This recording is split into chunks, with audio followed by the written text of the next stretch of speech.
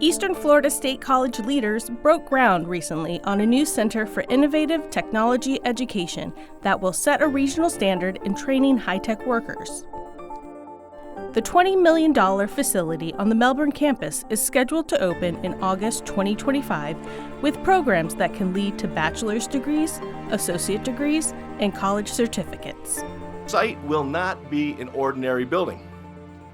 Rather, its unique features will set a regional standard for educating and training high-tech workers to meet the surging demand from local industry.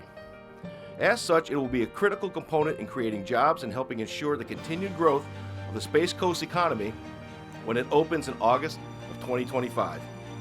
CITE will support students in programs that include engineering technology, robotics, mechatronics, 3D printing, computerized drafting, computer information systems, cybersecurity, and more.